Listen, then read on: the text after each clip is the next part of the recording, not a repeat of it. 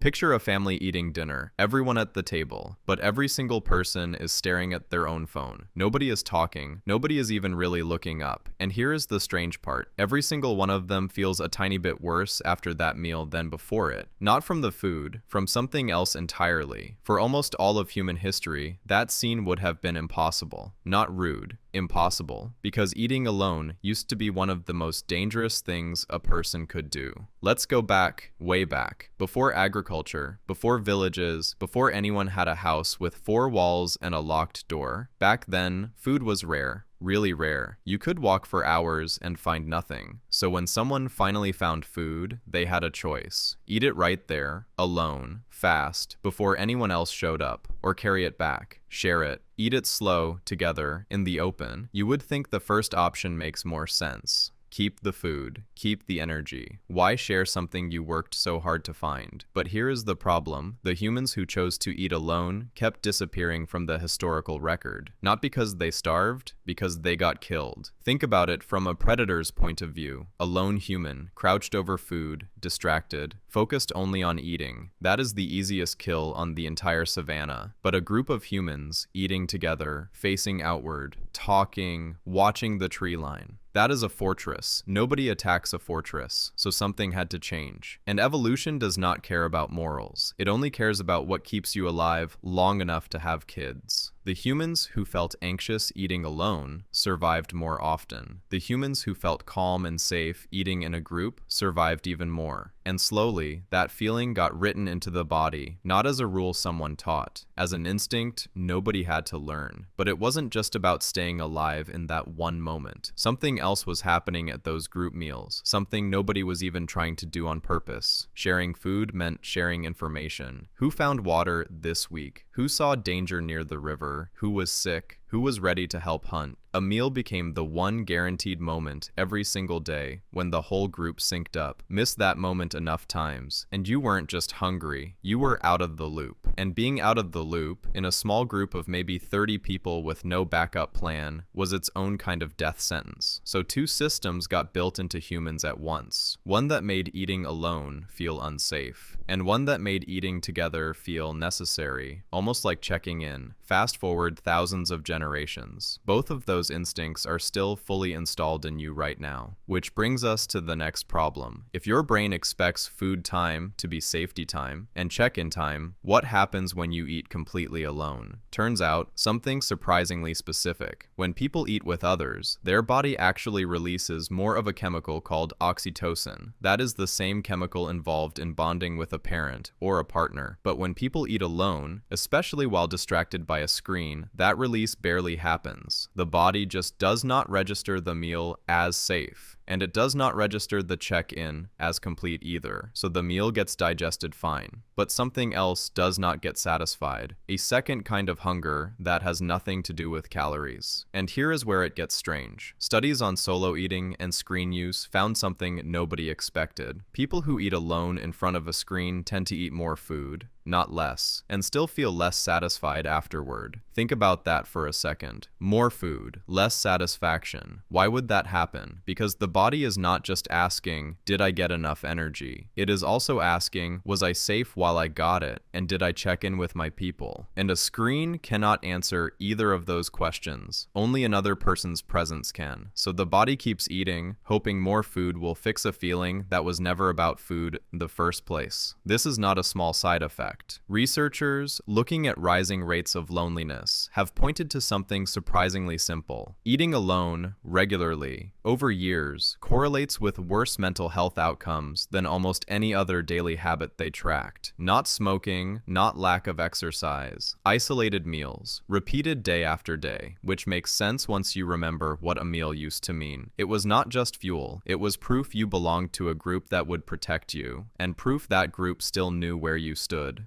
Take that proof away, every single day, and the body starts acting like it is under threat, because as far as your oldest instincts are concerned, it is. Here is something even stranger. Some researchers have noticed that people eating alone tend to eat faster, not slower, even with nowhere to rush off to. Almost like some old part of the brain is still saying, finish quickly, you're exposed. Nobody sitting at a kitchen table with a phone thinks of themselves as exposed, but the instinct doesn't check your address. It doesn't know you live behind a locked door on the 14th floor. It only knows one thing. You are eating and nobody else is here. That combination used to mean only one thing, and the body still treats it that way. Here is the part that should really stop you for a second. This did not require anything dramatic to happen. No disaster, no tragedy, just a slow accumulation of ordinary choices. Faster jobs, smaller apartments, phones at the table. Nobody decided to break this ancient system on purpose. It just quietly stopped happening, one convenient solo meal at a time. And the body never got the memo that things changed. It is still checking for the same thing it checked for 100,000 years ago. Are you with your people right now? Yes or no? Do they know where you are? Every time the answer is no, some old part of you quietly logs it as a small risk. You do not feel it as fear exactly. You feel it as something smaller and vaguer, a flatness, a meal that should have felt good but somehow didn't, a sense that something is missing even when the plate is full. That feeling is not random. It is a message sent by a system that is still doing its very old job in a world that stopped needing it in quite the same way. And maybe that explains something else too. Why a meal with old friends, even a simple one, can feel more filling than an expensive dinner eaten alone. It was never really about the food on the table. It was about who was sitting at it. Ancient humans never ate alone because alone was where the danger was. Maybe the reason a shared meal still feels different isn't really about the food at all. Maybe it never was.